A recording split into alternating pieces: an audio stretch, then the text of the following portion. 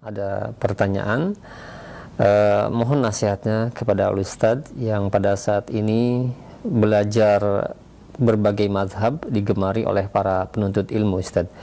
Apakah tepat yang dilakukan oleh para penuntut ilmu tersebut untuk mempelajari dari beberapa mazhab, Ustadz? Mohon jawaban dan nasihatnya. Alhamdulillah wassalatu wassalam ala Rasulullah. Ada sebagian pemuda yang baru belajar mengajak kepada mazhab. Ini memang ada sebagian pemuda yang tamat dari Madinah, tamat dari Yaman, kemudian juga dari Mesir. Mereka bergabung ngajak untuk bermazhab. Ini yang dilakukan oleh mereka ini perbuatan yang akan membawa kepada perpecahan. Sebab dulu ketika imam mazhab itu meninggal dunia dan kemudian diikuti mazhabnya, itu terjadi perpecahan yang besar. Imam-imam itu rahimahumullah sudah mengingatkan dari 4 imam mazhab, Hanafi, Maliki, Syafi'i, Hambali. Sudah ingatkan kalau ada pendapatku menyalahi sunnah Rasulullah, buang pendapatku. Imam Malik juga mengatakan kulluna raddun wa mardudun illa sahib hadzal qabr. Setiap kita ini berhak untuk menolak dan ditolak kecuali pemilik kubur ini, kecuali Rasulullah. Setelah wafatnya para imam, diikuti mazhab ini, terjadi peperangan antara mazhab Hanafi dengan mazhab Syafi'i. Sampai nggak boleh udah anak mazhab Syafi'i nggak boleh kawin dengan anak, sampai perang. Dan besar itu kejadiannya. Kalau antum baca sejarah itu besar. Jangan diulangi lagi. Artinya imam-imam mazhab nggak pernah menyuruh untuk mengikuti mazhabnya, nggak pernah. Gitu. Kalau mau ditanya imam mazhab itu ikut siapa sih? Ikut Rasulullah. Kalau mau tanya lagi mazhabnya Abu Bakar apa? Mazhabnya Umar apa? Ikut Rasulullah. Jadi ketika antum mengatakan mazhab siapa? Hanafi, Maliki, Syafi'i, Hambali. Kalau dikatakan Syafi'i, kenapa nggak Maliki? Kalau mereka katakan yang muda-muda, kan kita tinggal di Indonesia. Syafi'i enggak Hambali, ya kenapa enggak Hambali? Gitu. Kan kalau antum bilang boleh bermazhab, berarti boleh juga dong kita pilih mazhab. Apa enggak kacau itu nanti? Apa enggak rusak? Semua imam mazhab menyuruh kita untuk apa? Untuk kembali kepada apa? Al-Quran wa sunnah ala fahmi salaf. Allah berfirman dalam surah An-Nisa ayat 59. Ya ayyuhalladzina amanu athi'ullaha wa athi'ur rasula wa ulil amri minkum fa in tanaza'tum fi syai'in farudduhu ila Allahi war rasul in kuntum tu'minu billahi wal yawmil akhir dzalika khairun wa ahsanu ta'wila. Dalam surah An-Nisa surah yang keempat ayat 59. Wahai orang beriman, taatlah kepada Allah dan Rasulnya dan ulil amri di antara kalian. Apabila kalian berselisih tentang satu masalah agama, kembalikan kepada Allah dan Rasulnya jika kalian benar-benar beriman kepada Allah dan hari akhir. Yang demikian yang lebih baik dan sebaik-baik akibatnya. Allah menyebutkan fa in tanaza'tum fi syai'in farudduhu ila Allah wa rasul. Apabila kalian berselisih tentang masalah agama, satu aja, kembalikan kepada Allah. Kembalikan kepada apa? Quran. Kembalikan kepada Rasul kepada apa? Sunnah. Dan Rasul menyatakan dalam hadis yang sahih, taraktu fikum amrayni lan tadillu ma tamassaktum bihima kitaballah wa sunnah. Aku tinggalkan 2 perkara yang kalian enggak akan sesat selama kalian berpegang dengan perkara itu. Kitabullah dan sunnahku. Jadi disuruh kita berpegang pada Quran sunnah, enggak disuruh kita berpegang pada apa? Mazhab. Nanti ketika orang udah dipegang pada mazhab, mesti nanti ada apa? Pasti ada ta'assub, fanatik. Dan mesti nanti ada banyak ribuan hadis yang dia tolak. Karena tidak sesuai dengan apa?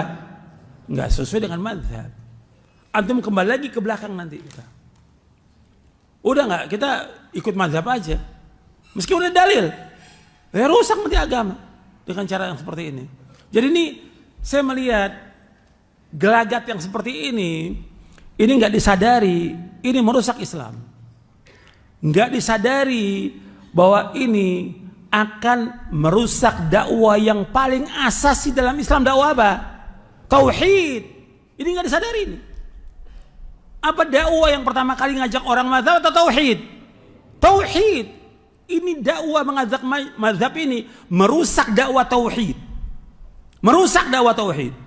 Justru kalau mereka berakal, yang mereka waras akalnya dan mereka punya ilmu, mereka pertama kali mendakwakan dakwah tauhid agar umat ini beribadah hanya kepada Allah, menjauhkan syirik. Ini yang diajak oleh seluruh nabi dan rasul alaihi wasallam. Bukan mengajak pada mazhab, bukan. Bukan mengajak kepada taklid, bukan. Ngajak orang bagaimana umat ini beribadah hanya kepada Allah, menjauhkan segala macam. Mengajak orang mengikuti sunnah, menjauhkan bid'ah. Mengajak orang untuk taat kepada Allah, menjauhkan perbuatan dosa dan maksiat. Itu yang perlu. Itu yang harus dihidupkan. Ini yang seperti ini akan ribut dengan sendiri di antara mereka. Dan pasti ada pendapat-pendapat yang mereka saling tidak setuju antara satu dengan yang lain. Pasti udah. Karena mazhab. Kita mengembalikan orang kepada beliau. Akhirnya jumut lagi nanti. Sedangkan ilmu, kata Syekh Albani, al-ilmu la yaqbalul jumud. Al-ilmu la yaqbalul jumud. Jumud itu beku. Udah apa kata mazhab ya udah begitu. Ini nih. Kayak kuda gini nih. Udah. Jangan nengok kanan, jangan nengok kiri, begini aja udah. Itu jumud. Nah, kita sekarang mau diajak lagi untuk jumud. Udah. Ikut aja apa kata mazhab. Justru Allah dan Rasulnya menyuruh kita ikut dalil. Ikut apa? Ikut wahyu. Bukan ikut mazhab. Kalau udah ikut mazhab, mesti ada dalil yang akan ditinggalkan. Ribuan dalil yang akan ditinggalkan oleh dia. Karena banyak yang mazhab juga bertentangan dengan dalil. Banyak. Dan itu nggak salah untuk para imam. Karena para imam mengatakan kalau ada pendapatku menyalahi sunnah Rasulullah, buang pendapatku. Imam Syafi'i mengatakan kalau ada pendapatku menyalahi, buang. Dan aku akan rujuk. Aku masih hidup atau udah mati, aku akan rujuk. Artinya mengikuti dalil. Kalau semua imam mengatakan ikuti dalil, kenapa nggak ngajak dalil? Kenapa ngajak orang pada mazhab? Ini akan merusak dakwah apa? Dakwah tauhid. Akan membuat nanti perpecahan di tengah-tengah kaum muslimin. Ini nggak disadari nih, anak-anak muda ini nggak disadari. Ya karena kebodohan. Dan ciri dari anak muda itu terlalu terburu-buru. Dan rata-rata mereka ini yang seperti Nabi sebutkan tentang khawarij apa? Hudatsaul asnan, sufahaul ahlam. Mereka ini masih muda-muda, tapi apa? Bodoh, kata. Bodoh, sufaha. Nabi menyebutkan sufaha, safi. Mestinya dia berpikir, antum sekolah di Madinah, antum sekolah di Mesir, antum sekolah di Yaman, pulang ini untuk mendakwakan dakwah apa? Dakwah tauhid, agar umat beribadah hanya kepada Allah.